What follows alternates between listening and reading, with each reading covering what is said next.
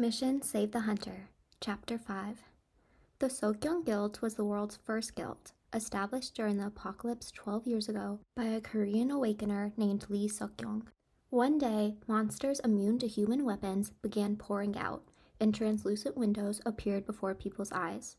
These translucent windows described themselves as followed: Gaia System. Now, we know that the Gaia system is a massive framework or administrator that manages phenomena explainable by science, such as skills, items, and stats.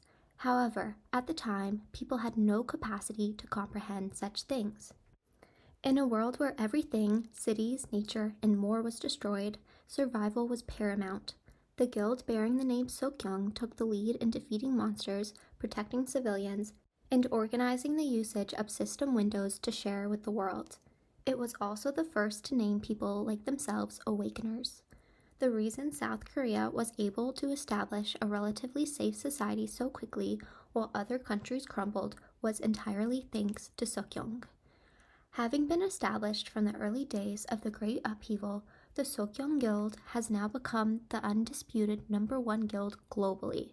Its headquarters are in Korea, with 2 branches in the United States, 1 in Europe, and 1 in Eastern Russia, and it boasts over 1,000 awakeners worldwide. For 12 years, Sokyung has dominated the top spot without competition, making it the place all awakeners dream of joining. Its influence is so great that 2-character guild names have been a trend in Asia for a decade. Even the Guild of Leaves leader, Ki Sang-yuk, named his guild Leaves because he admired Sokyung. Sokyung, huh? Wow, I was planning to beg for help from that mass phantom thief for our poor guild, but I guess I won't need to anymore. We're rich. That thief might even end up stealing from us. I don't get why there's a grace period. We're ready already. Don't you think that the other side needs time to prepare? Merging with a small guild like ours can't feel great for them. True, they said Sokyung has 5 S ranks, right? Yeah. 2 Koreans and 3 foreigners. What made Sokyung especially remarkable was its possession of 5 S-rank hunters. Globally, there were only about 17 S-ranks, excluding the non-combatant survivor Revenger La Pagina and the missing So Chae-yoon. There were just 15. Furthermore, S-ranks often disliked taking orders and formed their own guilds, so it was rare for any guild to have more than 2. Somehow, Sokyung managed to keep 5 in its ranks. Yoon-so was particularly curious about how they achieved this, as S-ranks were known to resist any temptations. They must have offered a ton of money, like what, 100 billion won in annual salary? Hee-won, you're clueless. For S-ranks, it's probably closer to 1 trillion won. That's ridiculous. 1 trillion? No way. Go Hee-won scoffed, thinking it was a joke given the absurdity of the number. It's true, for S-ranks their value is whatever they ask for. Guilds practically hand them blank checks saying, just sign with us. Sure, they might do that, but 1 trillion is over the top. Our guild's annual revenue is only 2 billion won. Don't compare them to us, it's too depressing. It's honestly fascinating. Why would they want to merge with a small guild like ours, the kind of guild that only gets mocked for doing volunteer work? For Sokyung, that is basically charity. Go Hee-won's blunt words were accurate. The Guild of Leaves, filled with particularly kind-hearted awakeners, often accepted dungeon requests at rock-bottom prices, donated shield traps to slums, and sold dungeon byproducts at low prices to welfare organizations. These acts earned them mockery from guilds like Rainbow, which exploited civilians for profit. This isn't public knowledge yet, but Park Youngbum glanced around quickly. The place they were at was Shantytown. Despite it being the weekend, the civilian support team had come to Shantytown to carry out one of the Guild of Leaves' main activities, volunteer work. Their task was to install shield traps at the request of a local government. However, the payment was absurdly low, essentially making it charity work. They could afford to do such foolish work thanks to Yoon-so's abilities. Like a master of shield trap installation, Yoon-so worked quickly and cleanly, enabling the 3 of them to complete the installation for an entire neighborhood in just 1 day. The area Yoon-so had just finished was the last for the day. Apparently, Sokyung has proposed mergers to 6 other guilds besides us. Nearby, there were only Park Youngbum, Go Hee-won, and Yoon So, but Park Youngbum lowered his voice as much as possible. 6 others? Seriously? Shh, keep it down. There's no one around but cockroaches. What if a hunter turned into a cockroach? No way, come on. Anyway, I don't know why, but they're merging with 6 small guilds, including us, all at once. Over 200 people will gather for the merger ceremony the week after next, so get ready. 200 people? Small guilds have a maximum of 20 members, and you said there are 7 guilds total. Yeah. Team leader, you need to brush up on your multiplication. Why? 7 times 20, that's 210, isn't it? Go Hee-won shook her head in disbelief. While the two were chatting away, pretending to work, Yoon So, who had been diligently inspecting traps beside them, clapped his hands to dust them off. The two immediately rushed over. Oh, Yoon So, are you done? All that's left is infusing the mana. We'll handle that. You should rest now. You've worked hard, Appa. As expected, the ace of our guild's desk job team. I've only been to the guild office twice this week. How am my desk staff? For us, commuting to planets is a desk job. Commuting to other planets is fieldwork. By the way, the fieldwork ace is Subin Appa. Yoon So chuckled at the answer, which seemed prepared in advance. 3 years ago, it was revealed that the space inside the dungeons was another planetary system. Since the Great Upheaval, there had been various theories about dungeon spaces, parallel universes, simulated dimensions, playgrounds created by higher beings, but 3 years ago, scientific evidence proved that they were alien planets, and these planets weren't even far from Earth. It was a planet in the Proxima Centauri system, often mentioned in the past as a planet likely to harbor extraterrestrial life, Proxima b. When this fact became known, more people began dreaming of encounters with aliens. Technically, the monsters in dungeons were living beings, so humanity had already met extraterrestrial life. However, the aliens people wanted weren't monsters or the blessing gods from the Gaia system. They wanted intelligent beings, capable of communication, resembling humans. In the past, dreaming of alien encounters would get you labeled a conspiracy theorist. Now, it was the opposite. Saying aliens didn't exist got you labeled as one. Yoon So also believed that meeting aliens was only a matter of time. While the two continued their chatter, Yoon So handed over the finishing tasks and walked off to a more distant spot. Since it was a narrow alley, their car was parked far away. With no proper place to sit, Yoon So crouched in a small patch of shade cast by a wall. Then, someone called out to him from behind, "Hey, Hunter, come rest here." When he turned around, he saw an elderly man sitting on the wooden floor inside a rusty iron gate, wearing a sleeveless undershirt and motioning toward him. "Do you live here?" "I'm the owner of this house. You're from that guild's Leaves or whatever, here to install something, right?" "We're the civilian support team from the Guild of Leaves, here to install shield traps." "Yeah, Leaves. Come on in. I'll get you some cold water. You look young. Must be tough for you." "Thank you." Yoon So quickly stepped inside. The old man, sitting next to Yoon So, watched him gulp down the water and let out a sound of admiration. "Wow, you're a handsome young man up close. You still look like a student. Are you new?" "I'm not new."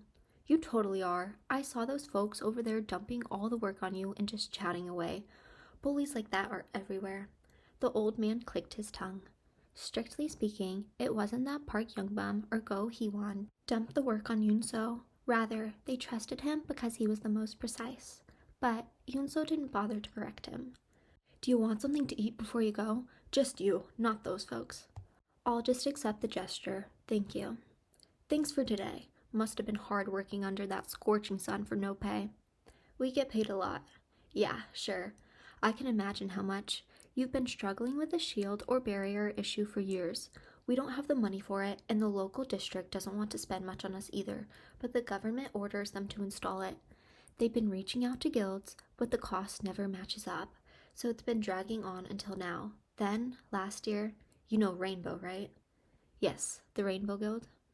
Rainbow came and installed barriers for the entire area. They were doing the tall buildings across the road and did hours while they were at it. Rainbow's a big name, so everyone was so thankful, bowing and making a huge fuss. But last month, during that explosion, the barrier completely shattered. They contracted for a B-rank barrier, but it broke to pieces just from a C-rank dungeon explosion, leaving the whole area in ruins. They clearly did a sloppy job. 3 people died because of it. Rainbow sent recovery skill hunters to restore the buildings, but so what? The people are still gone. One woman, she was 52, had just saved up enough to leave the shantytown. She got crushed under a roof and died. The old man pounded his chest, still visibly upset. Yunso could guess the situation. Non-awakened people had no way to know the grade of a shield trap, and even if they did, they wouldn't know if it was truly up to contracted standards until it was activated. Many guilds scammed people this way with shield traps. It was a problem foreseen even by the person who originally designed shield traps, but there was no solution. She survived the great upheaval only to die in this so-called peaceful era. We couldn't even hold a proper funeral. Where would we get the money for that? Those bastards used the excuse that they restored the buildings and refused to pay compensation. If they paid compensation, it'd be admitting their shield traps were poorly installed, so they'd never do it. Did they come to check? They didn't even glance this way. The old man let out a sigh. Yunso thought it was the old man who now needed cold water, so he poured some from the jug and handed it to him. The old man shook his head, raising his drooping eyelids to glare at Yunso. I trust the Green Leaves Guild wouldn't pull something like this. It's the Guild of Leaves. It doesn't matter if someone like me dies. I've lived long enough. But people like that lady, who are trying so hard to live, shouldn't die. That's just too unfair. She was finally excited about leaving the shantytown, and she died so meaninglessly. I'm fine. Old people like me are fine. But that lady shouldn't have died. The old man's lament scattered into the air. Yunso looked at his deeply wrinkled face. No, sir, you shouldn't die either. The tone was a mix of gentleness and firmness. Yunso added with a faint smile. There's no such thing as someone who's lived long enough. There's no age where it's okay to die, no matter what age that may be. The old man said nothing. Yunso thanked him for the water and got up from his seat. Chapter 6. As the creaky iron gate swung open, 2 individuals installing the last shield trap in the area came into view. They were sweating profusely, but diligently infusing the mana into the trap. Despite it being the weekend and the sun already setting, their faces bore no trace of complaint. Yunso approached these fools who worked so hard on something unprofitable. Ah, Appa, I told you to rest. I just want to finish quickly so I can go home and watch my drama. Yunso placed his hand on the trap. The Guardian's Arc skill has been activated. Guardian Arc is stored in the shield trap. This space is now protected against extremely strong impacts. His eyes glowed a bright blue. Among Yunso's skills, some caused his eyes to emit a blue light when activated, and Guardian's Arc was one of them. Yunso intentionally lowered his eyelids, ensuring Park Youngbum and Go Heewon wouldn't notice. Wow! As expected, Yunso, the ace of our guild. They were repeatedly amazed at the scale, which enveloped the entire shantytown in an instant. Although the contracted grade with the government was B-rank defense, the shantytown now had an S-rank shield trap. If, in the event of an incident, the shantytown remained intact while the tall buildings across the road suffered damage, suspicions might arise. No way something like that will happen. Yunso had done this several times over the past decade without ever being caught. This is a unique skill, right? What kind of skill is it? It's just a shield generation skill. As expected of a hunter hiding their true power, a B-rank hunter with an exclusive shield skill and abundant mana. Where on earth did our guild master find such talent? Yunso, you're not secretly earning a few 100 billion won in salary, are you? Regrettably, no. But speaking of salaries, team leader, yours must be... There you go, trying to change the subject to me again. That trick won't work anymore. Heewon, if anyone picks a fight with us at the merger ceremony, let's show them Yunso's incredible shield skill. Good idea! With Yunso Appa and Subin Appa, we can stand tall at the merger ceremony. No one will dare look down on us. Exactly. Let's just stick close to Yunso. What about my opinion? Exactly. Stay glued to us. Yoon-so's words were thoroughly ignored. Despite a physical age difference of 20 years, Park Youngbum and Go Hee-won seemed to share a similar mental age. Seoul, Gangnam District, Sokyung Guildmaster's office. In the chill air that belied the summer season, a man working with a serious expression raised his head. The reason for the wrinkles forming on his pale brow was the sound of unrestrained footsteps approaching. There was only one person who would dare approach the Sokyung Guildmaster's office so boldly. As Yoo Jun-chol removed his glasses, the door suddenly swung open, revealing the man he had expected. A young man in his early 20s with broad shoulders, a sturdy build, jet black hair, gray eyes, and piercings in both ears. S-rank hunter Kwon Ji-han. Despite his undeniably handsome features, his crooked smile, sharp eyes, and casual demeanor exude a fierce and rebellious air. "You've finished choosing the guilds for the merger, right?" Kwon Ji-han strolled in like it was his own living room, casually crossing his legs as he sat on the leather sofa. "Can we at least start with a greeting? It's been a month since we last saw each other. Just give me the list." A 22-year-old brat casually gestured with his chin, speaking informally to the leader of the world's #1 guild, someone even the president had to defer to. Yoo Jun-chol's already pale complexion turned even whiter. Well, this kid had always been like this, even before the Great Cataclysm. As a child, he was so brazen he'd argue with gangsters, saying whatever came to mind, whether appropriate or not, and ended up getting beaten up frequently. No matter how many times he was told to temper his attitude, he never did. Had he not awakened, he probably would have been beaten to death by local thugs. Yoo Jun-chol briefly rubbed his forehead, then tossed the tablet he had been reviewing before the brat could wreak havoc in his office. "Here, take a look at this." Kwon Ji-han caught it effortlessly. "Let's see, where is So Chae-yoon hiding?" Grinning devilishly, he reached out to touch the screen. His expression was that of a little demon. Yoo Jun-chol sighed, stood up, and sat across from Kwon Ji-han. "Look at it together. Such a hassle." "I'm the one who investigated all of it, you brat." With a flick of his finger, Kwon Ji-han projected the tablet screen into a 3D display between them. What was once thought possible only in movies was now a reality, thanks to dungeon byproducts and the advancement of human technology. The two began reviewing the list together. Number 1, Park Kang, 29 years old, rank A, hunter name Amhyang, affiliation Muhong. Number 2, Lee Jongjin, 28 years old, rank B, hunter name Page, affiliation Sejong. Number 3, Hwa Shim, 28 years old, rank C, hunter name Hwa Shim, affiliation Hwa Shim. Number 4, Yoon So, 29 years old, rank B, hunter name Nun, affiliation The Guild of Leaves. Number 5, Hong Woo-yoon, 27 years old, rank A, hunter name Hellfire, affiliation Endfire. Number 6, Kim Jin-hae, 27 years old, rank C, hunter name Nun, affiliation The Perishers. Number 7, Namgun Sim-hae, 29 years old, rank A, hunter name Deep Blue, affiliation Deep Blue. 7 candidates in total. After narrowing it down, that's all that's left. That's still quite a lot. We started with over 100. Getting it down to this took some work. For reasons unknown, Sokyung Guild had been desperately searching for So Chae-yoon since 2 years ago. At first, they enlisted hunters with search-related skills. However, no matter how So Chae-yoon defended himself, even S-rank skills failed to detect him. Next, they tried using items. To this end, Sokyung sent numerous raid teams into S-rank dungeons and managed to obtain S-rank search items after much struggle. Yet, even those failed to locate So Chae-yoon. Finally, Yoo Jun-chol came up with the last resort, brute force. He formed a search team and compiled a list of candidates using the only known information about So Chae-yoon, his active age, late teens.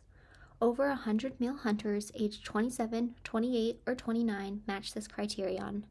Those with solid alibis during So Chae-yoon's active period were excluded, but with most pre-apocalypse records lost, 30 candidates remained. Further analysis using big data excluded those whose penalties significantly deviated from So Chae-yoon's profile, leaving 12 candidates. The search team then shadowed the 12 candidates. They infiltrated the guilds these candidates were affiliated with or moved into neighboring homes if the candidates were in one-person guilds.